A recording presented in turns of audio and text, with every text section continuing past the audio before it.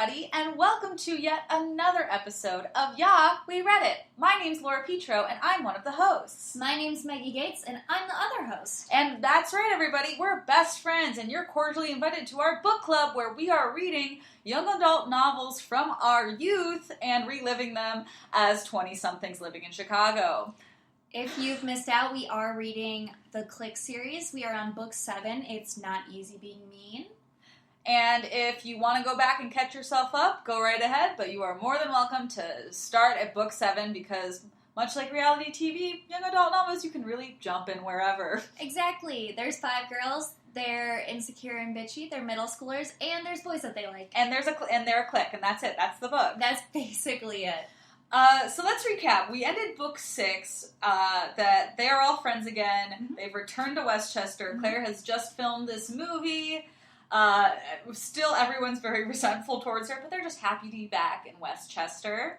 They are, her and Cam have reconciled because he's gotten over that she had to kiss another actor on set. Oh my god. And it ends with they're back, woohoo, they're back into OCD, yeah. So they are going to reappear in school this book, but they have to take extracurricular activities. Yeah, and that's going to be my first point, something that really just pissed me off right out the gate, is they all chose soccer as their extracurricular. Yeah. And here's the thing, and here's what I wrote down in my notes as I was reading this, which made me so mad. Kristen single-handedly got everybody back into OCD. Yes. They did not thank her, and then they all decide to join her sport, which she loves playing. They have never played before, and they literally join her sport to ruin the team unintentionally. Exactly. And that made me so mad. They have a soccer game on Saturday that they have to win to get to finals. And Massey, Alicia, and Dylan cannot play soccer. What also drove me crazy, and I will forget it if we get into this, mm-hmm. but was when they show up to the first soccer practice. Yeah. And Kristen, obviously, this is like her world. And Massey's getting pissed off. Yeah. That they like her because she's the soccer captain. Yeah, Massey is so fucking insecure. I still don't understand how she's an alpha because she's so insecure. She's so insecure. But they also, something else that pissed me off, this is like a twofer, like I was pissed off on both ends. Mm-hmm. And listeners, you're going to find out that Meggie and I just got like pissed off at a lot of parts of this book. Yeah, this one was a wild This is just going to be kind of just us talking about the things that we didn't like about this book. Yeah. But in a way we loved it and we're excited to read the next one. We did say that earlier. This has been more fun than the 5th and the 6th book. Yeah, but I hated it. I hated it too. I loved how much I hated it. And I think that it might be because we are introduced to a key character that Laura and I have decided we love. And with that, let's jump into It's Not Easy Being Mean. Yes, and I'm going to say my last point because I don't want to forget it. When they showed up to the soccer practice, yes, and they had modified their uniforms to be like skirts and tank top crop tops, but then the reverse fucked up of that is the coach got so mad at them that she made them strip in the middle of the field and play in towels. Yeah, that was absolutely... It was all fucked up. That was insane. Yeah. Definitely. You can't do that. I definitely have a lot of jokes written about the jean squirts that they made. So let's start at the beginning, shall we? The girls are re-entering OCD, and they're getting ready. They're really excited, but 8th grade is next year. This book is taking place in April, so they need some preparation for their last year of middle school. Wow. And Skye Hamilton, who is the 8th grade alpha, who Laura and I are obsessed with. I love her. Gives everyone, or 5 cliques in 7th grade, a CD-ROM to find a key to this room that is a secret room in OCD. And I know we think that sounds like a very small plot. I assure you, the entire book is just a bunch of people trying to find where this key is. It's laughable that is a plot to... I read a 200-page book about people looking for a key to a room in a building, but it was like the worst mystery ever. Yeah, once again, Lacey Harrison has mastered the effect of having 2 huge plots, and one that she should have gone with and set up in the 6th book, which was extracurricular activities, and just trying to butt heads with this other plot, and it's really, something. Really threw the extracurricular activity plot out of the way and really focused on this key. Yes.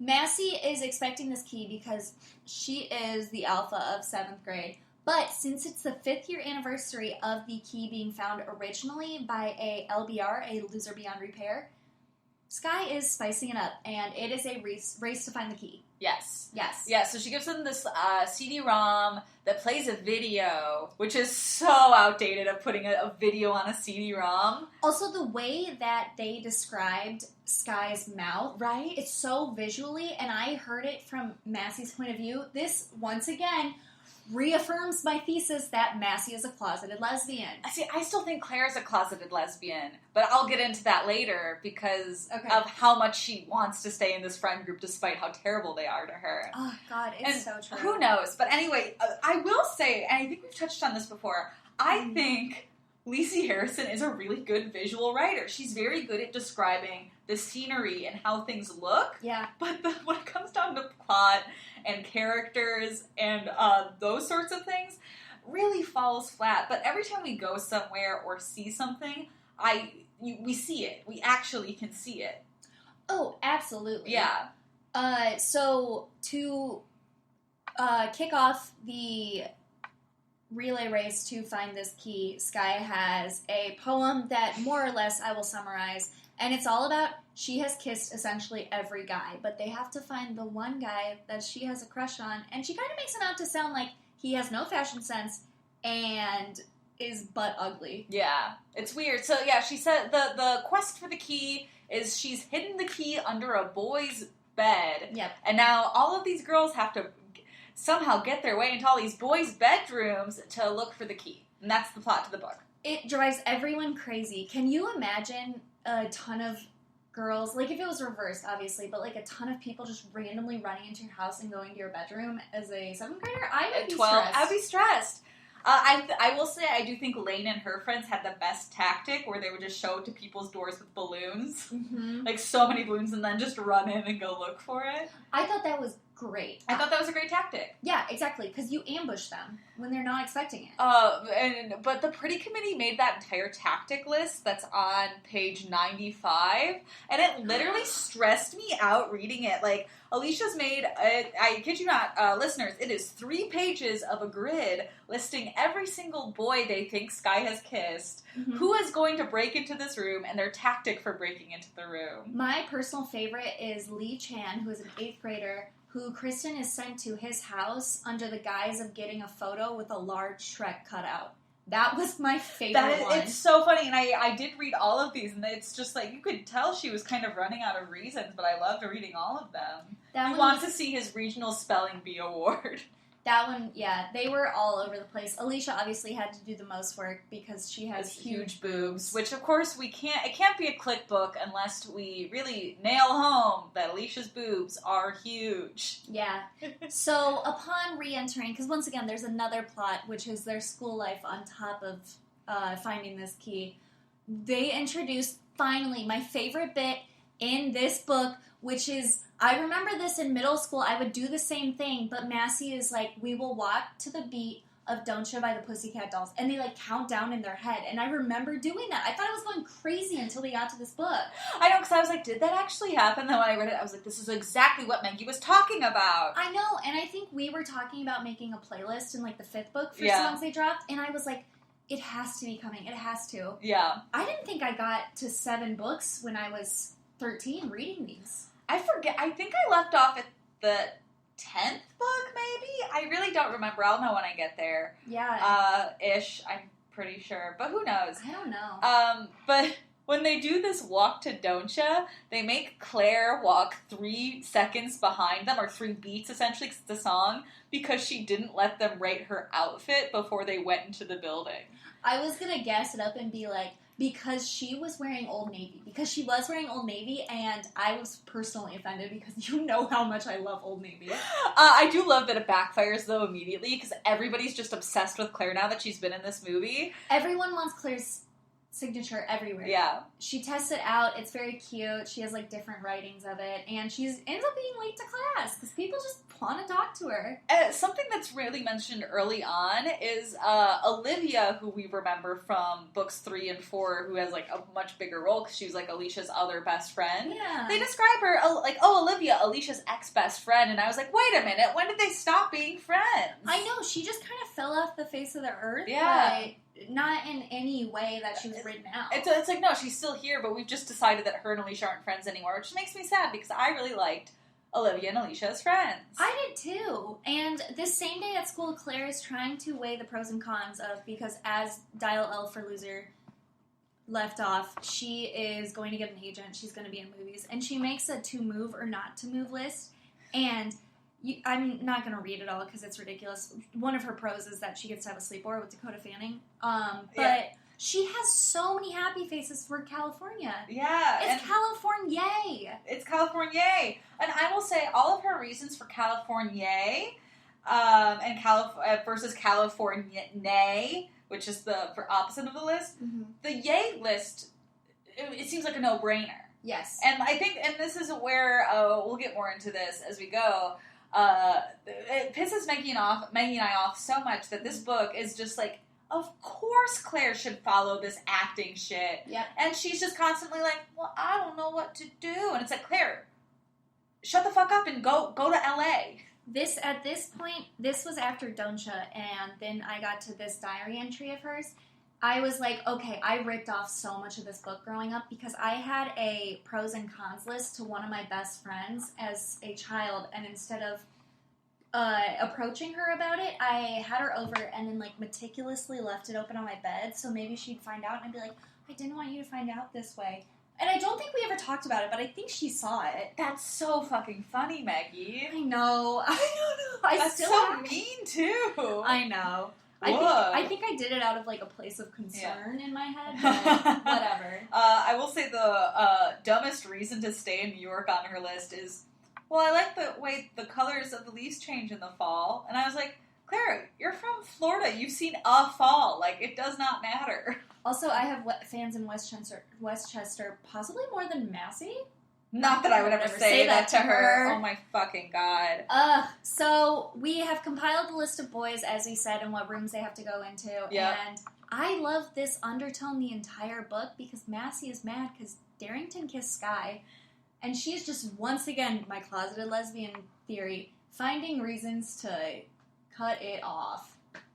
It's true. She just doesn't like boys. I really don't think she does. I think she has, like, these schoolgirl crushes on boys, and then when it comes to actually, like, pursuing boys, she, like, is hands off constantly. Later on, they were bicycling to his house, and she wouldn't put her arms around him, so she fell off the bike. Speaking of the bike thing, I did write this down.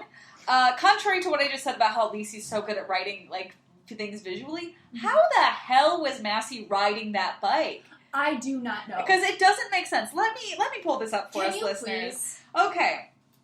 So Massey gets on this bike because she's told Darrington that her family's trying to conserve gas. So Darrington pulls up. It says,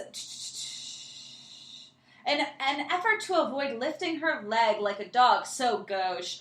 Massey straddled the back tire, then shuffled toward the seat like she had a pair of lacy Casabellas around her ankles. Massey gripped the cold metal bar, feeling like Skye on the back of Liam's Vespa. Darrington quickly turned his head and said, "No, hold on to me." Oh, so she pinched the back of his Briarwood blazer. And then Darrington starts moving all about. And then he goes, "No, I'm going to keep, like, moving all about until you hold on to me."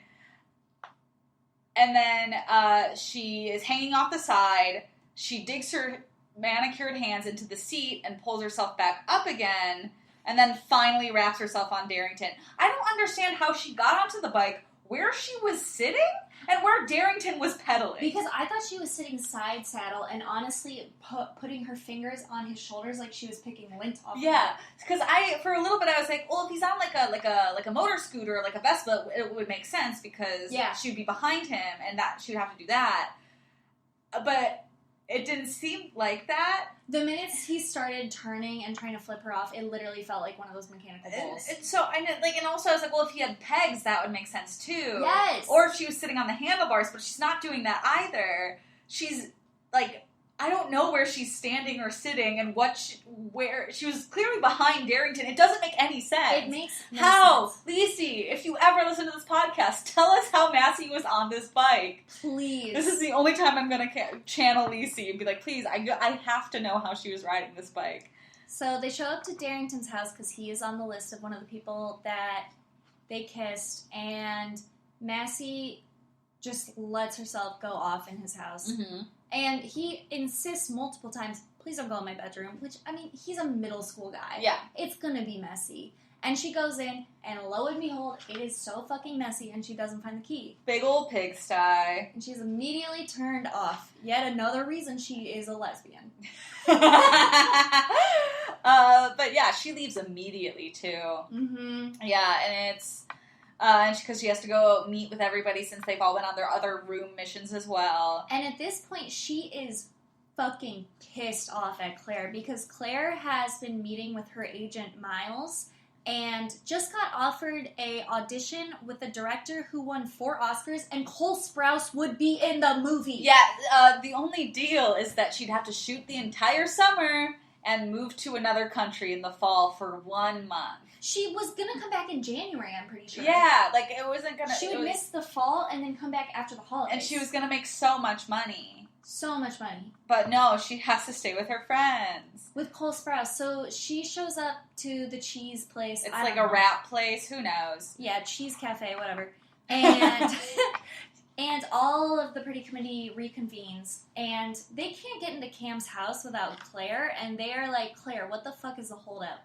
And Claire reveals that for this movie, she has to dye her hair black and have a unibrow, and... Yeah, they have to put in, like, extensions for her eyebrows. They said, like, something about goat. They were threading them into her, like, into her eyebrow hair. Isn't that nuts? That sounds like it would hurt so much. Probably. That would be my, like, it's like an eyebrow weave. And it is revealed that she's been sabotaging them. That's what she looks like. Yeah. Well, it's like, that's what she's going to look like. And, like, then they find out that she's been kind of sabotaging them going to the Fisher household because they could get Harris and Cam in the same suite. But Claire doesn't want them to go to her boyfriend's house without her, so she's been making up excuses. That his uncle's visiting. And everything else. And, like, Cam has this on this day. And when they find that out, they're pissed. They kick her out of the pretty committee. Later. I thought that was the reason why. That was the reason why, but it happens later. Oh. You know? Because we find that out, like, it's just kind of dropped on us towards the end that, like... Yeah. I was kicked out of the pretty committee. And it was just like, oh. Yeah, that is a bummer. Yeah, because they only find out when they break into the Fisher household by themselves by sneaking into Harris's car and acting like Cam's going to teach them soccer. Yep, because that is after the soccer lesson that they run in towels, and the coach says, I will tell the principal that you guys are still a part of the OCD Sirens if you drop out. Yeah. You are so bad. And what a good way to end that extracurricular plot. With their stupid fucking ugly jean skirts that they made. Jesus. Why? What? I don't know. Sometimes I'm like, why do these girls look up to them? They sound like a walking Claire's advertisement. They might be. They really might be. Oh, God. Oh, my goodness. Oh, but something we also do find out when they're at this wrap cheese place. Yep. Is because they run into Lane there, and she's with her brother Chris, who we remember from the first book, and we find out that Chris Abley has just been dumped by his stunning girlfriend Fawn. And I loved this because I got the vibe that he was dumped by her because a rumor started spreading that he was fucking his horse. That's what she started, that rumor. That is so funny. Yeah, Can you really imagine funny. if, I mean, like, yes, I hung out with my dog Tucker all the time in high school, but you come back one day and someone dumps you because they're like, stop fucking your animal. Yeah, they're like, stop spending more time with your animal than me. I'm going to spread a rumor that you're having sex with it. That was really funny. I felt bad for Chris. I felt so bad for Chris. But also, I don't know. Really funny. He'll look back on that and be like, oh, my high school girlfriend broke up with me and then spread a rumor that I kissed my horse. Or maybe he'll become a serial killer. Well, we won't know. We won't know. We'll find out in the next book. Could you imagine, like, book 10, there's some weird, like, sub-serial killer plot? I mean, there's a Skye Hamilton sub-series. Yeah, that was something, listeners, I found out when I was doing work for the podcast off the mic, that the spin-off series, Alphas, Lacey Harrison had wrote, I just thought it was, like, another book series that she'd written called Alphas, but it's about Skye and her friends, and I was like, holy shit, I kind of wish we were reading that, because I love Skye so much. She's in there for like 2 seconds, but she's the coolest person. She's so fucking cool. She's like a yellow Porsche. She has a personality. She gives Hershey kisses to boys. And she kisses boys? All of them. Honestly, are we supposed to believe Massey's a leader and she won't even kiss a boy and be confident in it? Every interaction with Darrington, I feel uncomfortable. I know, and here's Skye unapologetically being like, I've kissed so many boys, figure out which ones I left a key in their room. Did you see how many books there were in that, or any reviews? I'm curious. I think there's 4 in the series. Oh. I haven't read any reviews, but I would love to think we'll get to there eventually. Yeah, probably. Yeah. We'll have to circle back around. We'll circle back around. God, praise be for Skye. I like her so much. I like her. I do think after the Cheese Cafe, though, is when she's dumped, because that's when she goes over to Lane's to cry. Yes. And that's when they piece together. So she goes over to Lane's to, like, bitch about the pretty committee, which I wish their friendship was more than just that. Honestly, Lane deserves more. Lane, throughout all of these books, is such a ride or die. Yes. And I feel like Claire doesn't fully appreciate her. She always is calling Lane her best friend, but it's like she doesn't put as much time and effort into her friendship with Lane as she should. It's like she's still so focused on the pretty committee, which is just dumb. Mm-hmm. But they put together I thought this was really smart, because they're not supposed to talk about the key, which Massey learns because she tries to approach Skye at her house. Yeah. Stupidly. And Skye wickedly is just like, I know what you're doing, and it's not going to get you what you want. And she's like, well, all he wants to know is what you want for your birthday. And she's like, tell him, if he exists, that I want a pony. Yeah. That is a baller move. And then she calls her a lisp, which stands for a little insignificant 7th grade peon, which I don't even know what a peon is, but I was like, Skye's little lisp vernacular was better than any acronym that Massey's come up with for the past 6 books. She calls Massey a little piss goblin, and then is like, you tell my crush I want a horse. Yeah, and if he doesn't get it for me, then we're done here. So I don't know if you've put 2 and 2 together, but we were talking about horses earlier, and when Lane and Claire are Ouija boarding, talking to each other because they don't want anyone to know they're talking about the key, they figure out who Skye's crush is. Yeah, they immediately, they kind of use between the lines of Skye's little poem and go, wait a minute, what if Kiss is like Hershey Kisses, because Skye gives those to everybody's, and then they go into Christopher Abley's room and they realize, oh my god, Chris Abley's the guy who has the key, because the poem is his room. He has little mini bottles of cologne, and he has pictures of his horse everywhere, and he fucks his horse. They spill old Mike Hard's lemonade on him. That was so funny. To get him to move off of his bed. Yeah. And they're like, we'll change your sheets. And he's like, what the hell are you two doing? I'm sad. Chris is really going through the Fawn breakup. I heard that he has won Mike's Heart a day. He's really I don't think I've ever had a Mike's Hard lemonade. I don't think I have either. Maybe next episode we'll get some Mike Hard's lemonade. In honor of Chris Abley and rest in peace. His blossoming love with Trixie, his horse. So beautiful. So they find the key. Yep, they find the key. And here's where things get really confusing for me, because in my mind, they should just take the key, Lane and Claire, run the 8th grade next year. I am right there with you. Fuck the pretty committee. They've kicked Claire out, and they're always mean to Lane. That they can just they've won. They've won it all. We are already pissed off that Claire is staying behind and not taking up a movie. And if you're going to blow that out of the water, be with people who respect you. Right? Who want to be your friend. But no, instead they pretend to be a robot.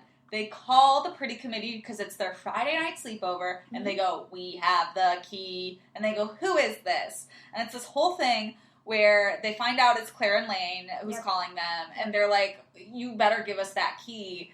And then they're like, no, we want to negotiate. Mm-hmm. And it's like, what is there to negotiate? Why are you guys telling them you have the key? Take the key. So they set this up for the next day, but Claire can't show up because she has that huge audition with an Oscar-winning director. No, she already has the part that she's meeting with the lawyers that day. Oh, she is? She already got it. Okay, well, since that's the case, I want to say that the movie still did feature Cole Sprouse. She's meeting with the lawyers.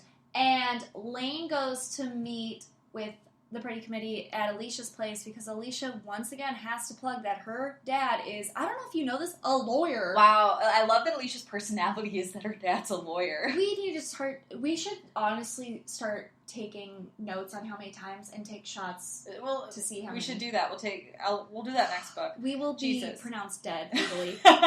And so they meet in her dad's lawyer room, whatever, to negotiate terms that Lane and Claire are demanding in exchange for the key. And another thing just to love Lane more for, she shows up wearing a powdered wig and brings a quill with ink to take notes. And she talks in a British accent. I think it's so funny. And Claire, calls in every now and again to, be like, what's going on? I'm in the bathroom for, 5 minutes. I want to hear what's going on. So some of the things that they want from the Pretty Committee, just as an overview, is unlimited access to the room. Lane gets to store her protest signs in there, which, another reason Lane is fucking dope. Yeah. Lane gets to go to 2 sleepovers a month, which they compromise down to 1 sleepover with the Pretty Committee. And Claire's let back into the Pretty Committee, and that one obviously, flies over. It's great. She's back. Woohoo. Yeah, they reach their terms. I still don't understand why Claire wants to be back in the Pretty Committee. Nobody likes her. It's stressful. It's just, it stresses me out. But then Massey has to go give her, the agreement to sign after the meeting. So yes. she, storms into Claire's house, and then Claire's being pissy, and then Massey's being pissy. They're both just being moody at each other. And Claire's in the bathroom, and and here's another thing that bothered me with this book. Listeners, Claire has had her hair dyed black. Yep. And she has a choppy black haircut. And she pulls a box of blonde Revlon hair dye out to dye her hair blonde again. But you cannot dye black hair blonde using a boxed dye. That's like when a pigeon gets stuck in the underground subway and you're like, how are you going to get out of this one? Yeah. You're near the red line. How are you going to get out from the underground? And, I don't believe that Lacey, I believe that Lacey knew that, but I also think Lacey was just like, they're 12-year-olds reading this. They won't understand that that's not how, dyeing hair works. And prior to this moment where Claire elicits a response from Massey, getting her to finally admit that she's going to miss her, and once again we revealed she got the part, but she turned it down. Massey says that the only way that Claire can get back in the Pretty Committee is if she stays in Westchester. Gaslighting. Honestly, so fucked up. That was so fucked up. Okay, she's already turned down the part on her own. Yeah. But to say that to a friend... To be like, I'm only going to be friends with you if you don't move away. In a once-in-a-lifetime opportunity. It's so upsetting because they were such good friends 2 books ago. Honestly, yeah, and it's just everything Massey did in book 6, and especially in this book too, it was just so it was just disgusting. Honestly, it's pitiful, and it's mean, and I hate it. And not even oh, this is an entertaining mean thing. Mm-hmm. It's just no, this is vindictive, and why are we having children read books like this where this is our example of a good friendship? No. As someone with borderline who recognizes borderline, Massey is having a bipolar moment throughout all of these books. What if we find out just in one of the books that Massey is diagnosed with bipolar disorder? I would be like... this series took a turn and I'm here for it. Let's talk about mental health. I would be so empathetic. So, at the wrap-up of this is, yet again, another soccer game. I swear to God, every book has ended on a soccer game. God, I don't know. And Skye is there, and Massey sends Todd to, make sure that she has the key. And at this soccer game is my favorite thing, because Massey is trying to make sure that Skye gets the key, and at the same time, Darrington is shoving a camera into her face, and he's like, Massey, look. Massey, I have to show you something. Massey, I have to show you something. It's so important. And she goes, fine. So what? It's a room. I'm not even in it. And he goes, it's my room. I cleaned it for you. And then it says, Massey's stomach dipped like she was riding one of the sea toss sailboats etched in his tin headboard. He cared. Yep. That was my favorite moment. He took pictures of his room and then brought them to a soccer game to prove to the girl he liked that he could be clean. I was The bar is working my low. temp job when I read that, and I literally screamed. I was like, ah! That was so funny. It's just so dumb. But anyway, they meet with Skye and her friends. Uh-huh. They get the key. Yep. They show them where the room is. And the book ends just like kind of like nobody had any words.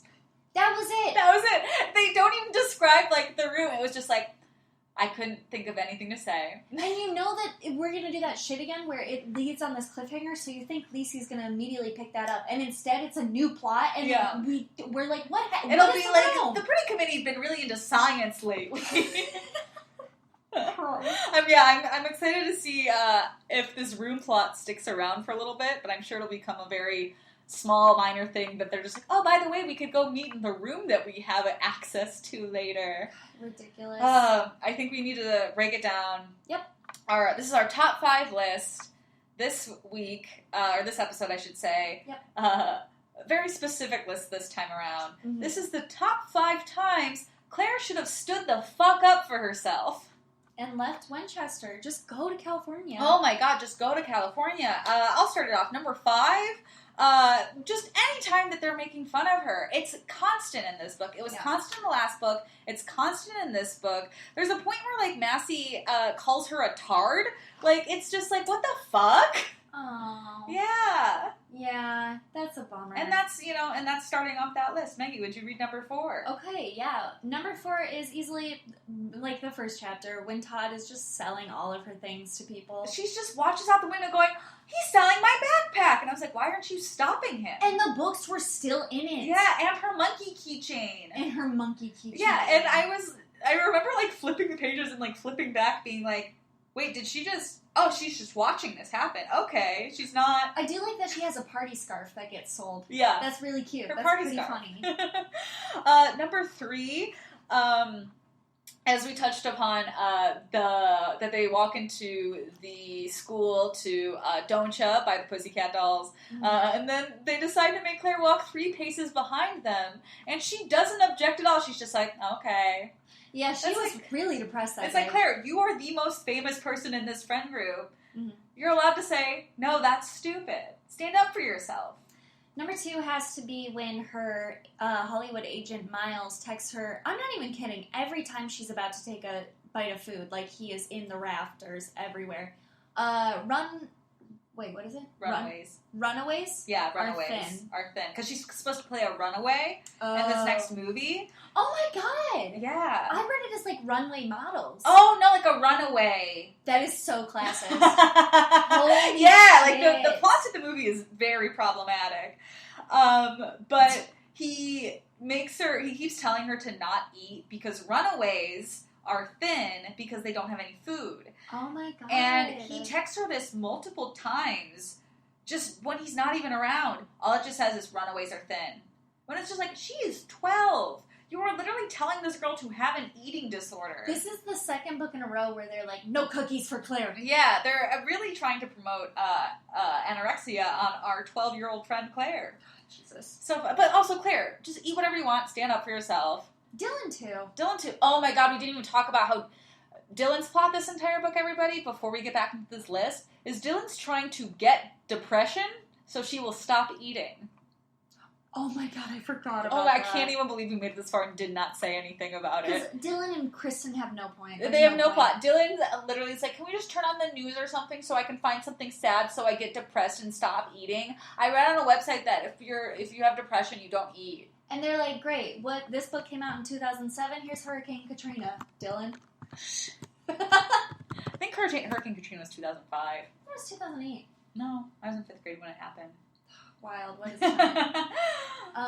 And number 1 of top 5 times Claire should have stood up for herself was when they kicked her out of the Pretty Committee. Right? She Kick her, like, Cam. Why did she want to go back? I don't know. I don't get it. And I think it's because she's in love with Massey. Yeah. And, like, that's the only thing that makes sense. That is, I get your theory now here. Yeah. Maybe It's that's just, the evidence is... Maybe that's why Massey's so mean to her, because she's also has in a love. crush. How do you think there's any, like, you know how they make, like, fan theories? Fan fiction. Oh, yeah. we will definitely be looking for fan fiction. We need to find a Massey and Claire fan fiction, and maybe write our own if there's not? Yeah, no, definitely. It's going to happen. All right. Well, we're going to wrap this episode up, as we always do, with our State of the Union. You want to start it off? I would love to. This one's going to be pretty, I think the one we've hit home. Out. Massey is out. And who is in? Skye. Yes. Skye is so fucking cool. I want more of Skye. If this book was just Skye talking about the boys she kissed, that's a book right there. I would read the shit out of that. I was thinking if there was another book that just listed every single band that Skye listens to and what she wears, I'm fine with that. That's or if it was just Skye talking about what she did in guys' bedrooms. Oh, what a good book. I love it. Alright, the next thing that is in would be making your own decisions. We've hit it home. Yep. We love when people make their own decisions. Yep, and out is definitely controlling your friend's or your partner's life. Yeah, Massey needs to let go of some things. Yeah. God. Go to therapy. Oh my God. Well, in book 5, they mentioned that she went to therapy for her night terrors, but I was like, you're in therapy for night terrors and they never once touched upon that you're a huge bitch? I started going to therapy for night terrors when I was 14, and I developed a personality disorder. Massey is on the same track. Wow. Well, you heard it here first, listeners. Do not go to therapy when you're young for night terrors. Exactly. And the last out, or I should say what's in, is not basing somebody's self-worth on how they decorate their room. Especially if they're 12 and didn't invite you in their house. God, and out is going to be the pretty committee's, room decor standards. Because Alicia's like, Josh's was too clean. And then they're like, well, Darrington's is too dirty. And I read the back of the 8th one, and Alicia's whole next plot is that she figured out that was Josh's sister's room. And now she has a crush on Josh because he's not that clean. Oh, my God. Isn't that wild? I'm so excited that we've made it halfway through the Clique series. Halfway.